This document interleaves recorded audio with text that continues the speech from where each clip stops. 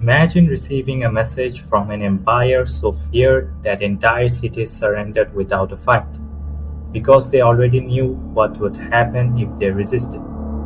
In the early 13th century, a new power was rapidly rising across Asia, the Mongol Empire. Under Genghis Khan, the Mongol transformed from scattered nomadic tribes into one of the most powerful military forces in history. They were known for their speed, discipline, and terrifying reputation in war. Wherever the Mongols advanced, stories of destruction followed. At that time, Central Asia was dominated by the Khwarazmian Empire.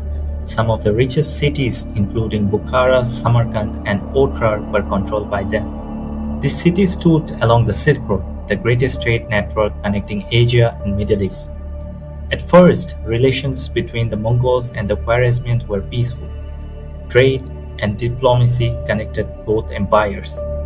Hoping to strengthen the economic ties, Genghis Khan sent a large trade caravan to the city of Otrar in 1218. But the governor of Otrar accused the merchant of being spies. The caravan was seized and many of its members were executed. The event became known as the Otrar Incident, turning point in Mongol and Khwarazmian relations. Even after this, Genghis Khan still attempted diplomacy. He sent envoys to Shah Muhammad II, demanding justice for the attack. Instead, the envoys were humiliated and executed. For the Mongols, killing envoys was considered a direct insult to their authority and honor. After that moment, diplomacy ended. What followed was one of the most destructive invasions in medieval history. The storm was no longer approaching, it had arrived.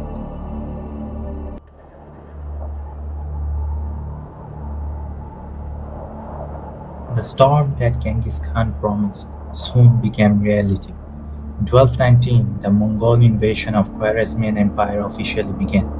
But this was not a simple attack from one direction. Genghis Khan divided his armies into multiple groups led by his most trusted generals and sons, allowing the Mongols to attack several targets at once with incredible speed. After crossing the Sard Darya River, Mongol forces rapidly advanced deeper into the Khwarezmian territory. The first target was Otrar, the same city where the diplomatic conflict had begun. After months of resistance, the city finally fell. The Mongols then advanced toward Bukhara, one of Central Asia's most important cultural and economic centers. Despite its defenses, the city quickly collapsed before the Mongol advance. Soon after, the Mongols marched towards Samarkand, political heart of Khwarezmian Empire.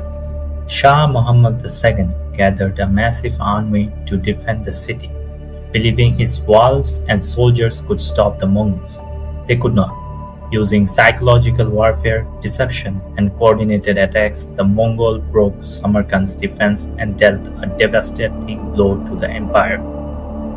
As city after city fell, Shah Muhammad fled westward while Mongol forces continued pursuing him across Persia. By 1221, the Khwarezmian Empire had collapsed, but the Mongol conquest became infamous not only because of military victory. It was remembered for its extreme violence. Cities that resisted were often destroyed, mass execution, enslavement, and widespread destruction followed Mongol victories across Central Asia. Fear itself became one of the Mongols' most powerful weapons. Cities burned, irrigation systems collapsed, trade centers were destroyed. For many people across the region, the Mongol invasion did not feel like a normal war. It felt like the destruction of an entire world. The Mongol conquest of the Khwarezmian Empire left behind destruction on a massive scale. Across Central Asia, entire cities were devastated by the invasion. Important centers such as Bukhara and Samarkand, once known for trade, culture, and learning, suffered enormous economic and cultural damage after falling to the Mongols. Large number of civilians were killed during the conquest, and many survivors were enslaved or displaced. In only a few years, the population of several regions declined dramatically as warfare, massacres, and destruction spread across the empire.